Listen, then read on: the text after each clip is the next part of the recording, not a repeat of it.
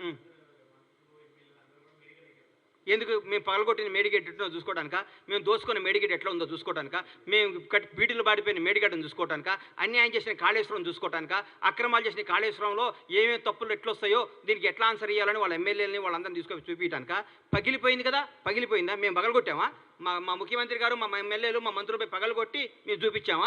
మీరు కొట్టిన దాంట్లో పగిలిపోయింది, తప్పు ఒప్పుకోండి, దీన్ని బాగు చేయండి రా మహాప్రభు అని ముఖ్యమంత్రి గారిని కోరుకోండి. దాన్ని ఎట్లా రిపేర్ చేయాలో, దాన్ని ఎట్లా ఓవర్కమ్ కావాలో, దాని ప్రజలకు ఎట్లా న్యాయం చేయాలో ఆలోచిస్తున్నాం. కానీ మీరు మేడిగడ్డ చూస్తేంది, పగిలిన మేడిగడ్డ అతుక్కుంటుందా? ఎట్లా ఎందుకు చూడండి, తప్పేముంది? మొన్నే రమ్మన్నారుగా ముఖ్యమంత్రి గారు మిమ్మల్ని అందరినీ ప్రతి ఒక్కరిని ఆహ్వానించారు కదా. ఆ రోజు తప్పించుకొని ఈ రోజు వస్తా అంటే మీరు ఎప్పుడైనా రండి. ఎవరిని? సీఎం గారు రాష్ట్రానికి ముఖ్యమంత్రి, బీఆర్ఎస్ పార్టీలో ఆయన ఎంప్లాయ్ కాదు. బీఆర్ఎస్ వాళ్ళు ఈయన చెప్పినప్పుడు వాళ్ళు రావాలి. చెప్పండి, ఒక రోజు ముఖ్యమంత్రి గారు టైం తీసుకొని ముఖ్యమంత్రి గారు వాళ్ళని తీసుకొని పోతారు, మళ్ళీ చూపిస్తారు. మా ప్రజాప్రతినిధులు అందరూ మా ముఖ్యమంత్రి గారి నేతృత్వంలో అందరినీ తీసుకొని పోతారు. మీరు టైం చెప్పిన ఎందుకో రారు. మార్చి 1వ తారీఖు పని ఉందని చెప్పడం కాదు కదా. ఒకరోజు టైం పెట్టుకోండి, ముఖ్యమంత్రి గారిని రండి, సార్ మేమేం తప్పు చేసాం చూపించమనండి. ఆయన పక్కాగా తీసుకుపోయి మీ అన్ని సమస్యలు చూపిస్తాడు మీకు ఆయన. థ్యాంక్ యూ అన్న, నమస్తే.